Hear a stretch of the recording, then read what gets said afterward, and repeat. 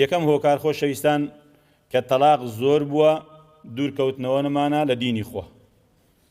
ئێمە ڕاستە بە زمان هیچ لە خۆمان نایەڵین، بەڵام لە واقعی عەمەل ئیش بە دینەکەی خوا ناکەین.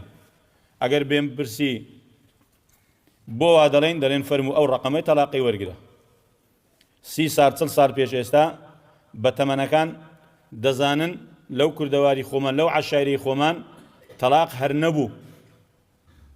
ئەگەر هەش بایە حالەتی زۆر کەم بوو لە بەرەوەی خەڵک بە تەلاق یعنی بە عیب و عارێکی گەورەی دەزانی. ئینسانێک دەیکەوێت شەریکی ژیانی خۆت هەموو نهێنیەکانی خۆتی لەلادا دەنێی، ئەوەندە بە ئاسانی دەست لێ بەرنابی بە پێچەوانەی سەردەمی ئێستا. سەردەمی ئێستا لەبەر ئەوەی تەقوای خوای کەمە، لە خواترسان کەمە، زۆربەی زۆری زەواجەکان لە پەیمانگا و کولیەکان و بازاڕ و لە ئەنتەرنێت و فەیسبوک و ئەوانە یەکتر دەبیننەوە. دوو گەنجی هەرزەکار دەگەنە یەک، ئیتر لەو لایەت داک و بابیان هان دەدەن، ئیتر دەڵێن ڕێکەتینە، نازانی چۆن ڕێکەتیە.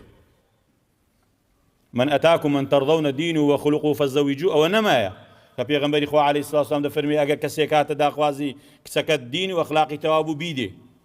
ئەوە زۆربەی زۆری نەمایە. ڕاستە بە قسە ڕەتمان نەکردوتەوە، بە قسە وا ناڵێن، بەڵام لە واقعی عەمەل ئاوەیە تەطبیق بکە.